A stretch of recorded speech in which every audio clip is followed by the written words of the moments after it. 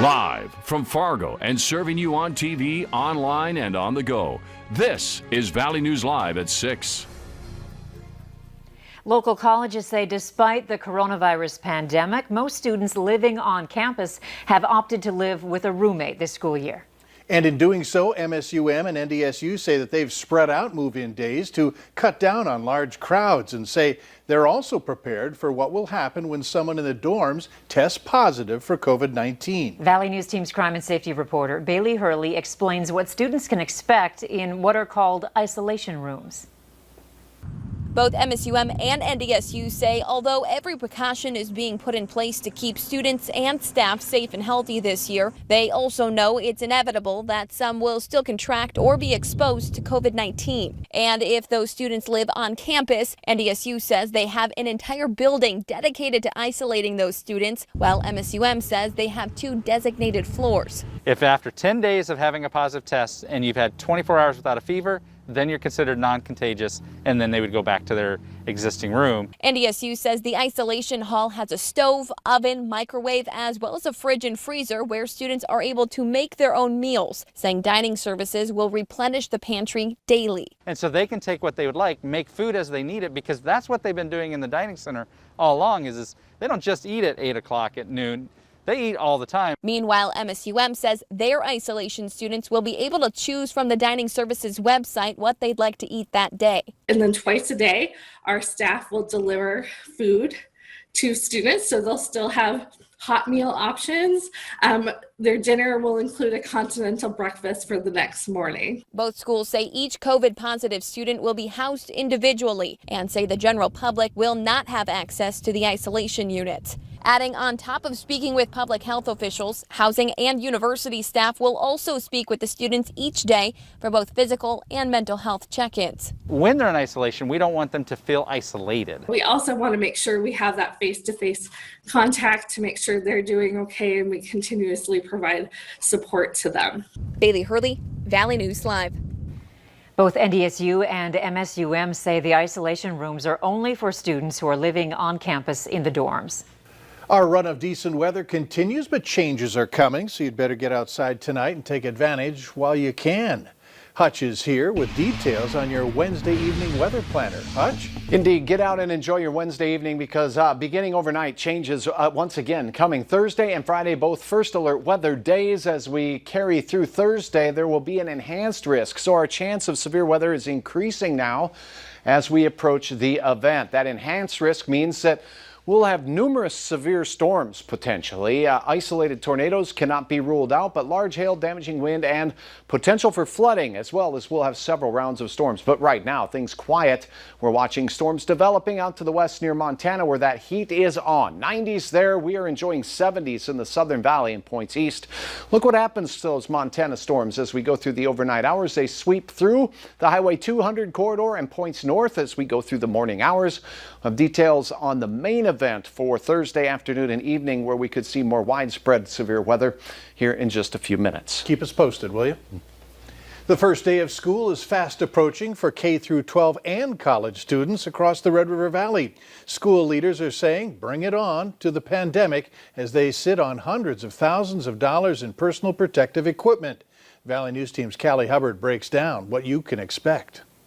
School leaders across the metro can agree there's a lot of work and money going into prepping a safe school year with COVID-19 in the mix. It's going to be an expensive endeavor, but you know, it's a public safety thing. So we'll do what we have to do to keep our students and our employees healthy. College students going to MSUM, UND, and NDSU are the first set of kids to go back to school, with August 24th quickly approaching, leaving many families wondering if campuses have enough PPE like face masks, shields, and thermometers. We do have a lot of stations for hand sanitizers in kind of heavily trafficked areas. We'll have some clear face shields and other kinds of clear face masks who may be deaf or hard of hearing. Well, we're trying to be proactive both to prevent surface transmission as well as airborne transmission. Levi Bachmeyer with West Fargo Public Schools says they have over $100,000 going into the school year. What kind of PPE do you have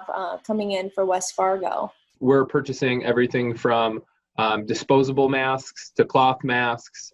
We've purchased plexiglass face shields, eyeglasses. West Fargo will also have floor markers to remind people of the 6-foot distance in key places like offices, lunchrooms, and lineup areas. Fargo and Moorhead Public Schools will be giving all students and staff one cloth face mask at the start of the school year. If you go to a school in West Fargo, it'll be up to you to bring one. School leaders say there will be extras on hand just in case. Although the pandemic is leaving schools with a hefty bill this fall, they say they're doing their best, and it has to be done in order to get back to learning. In the FM area, Callie Hubbard, Valley News Live. Minnesota State University and the University of North Dakota are holding a Zoom meeting to answer questions about safety as students prepare to go back to school. That meeting is expected to be underway right now, and you can tune in on our VNL News app or on both campuses' Facebook pages. Minnesota parents of K-12 students can claim tax benefits if they save receipts for the school supplies they bought for the school year. There are 2 different tax relief programs that can help Minnesota families: the refundable K-12 education credit and the K-12 education subtraction. To qualify, the purchases must be for educational services or required materials, and the child must be attending kindergarten through 12th grade at a public, private, or home school.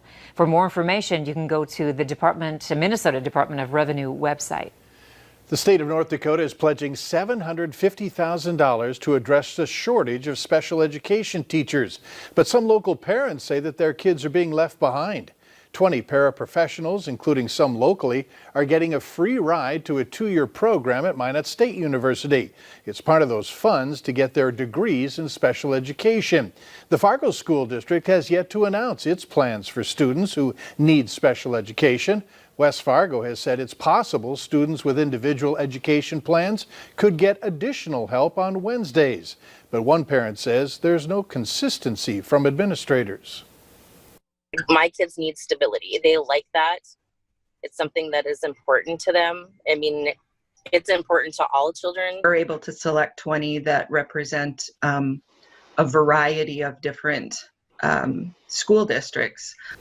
Those pairs are scheduled to graduate in the winter of 2022, and it's hoped that they'll become special ed teachers in the school district they currently work for.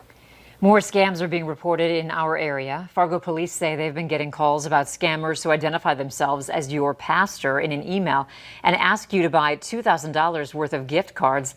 Then the scammer says to not call them because they're in a meeting.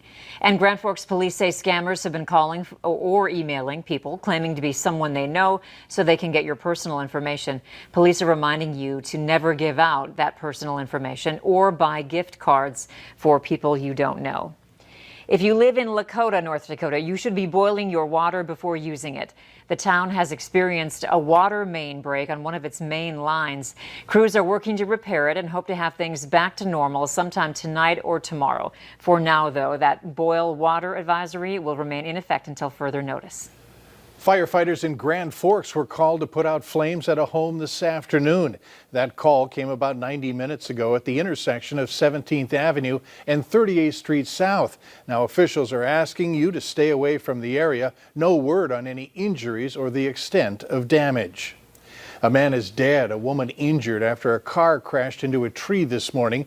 Police say the vehicle was traveling westbound on the 400 block of 11th Avenue North in Fargo around 6 o'clock. No names have been released. Police are investigating the cause and the crash to see if speed or alcohol were factors.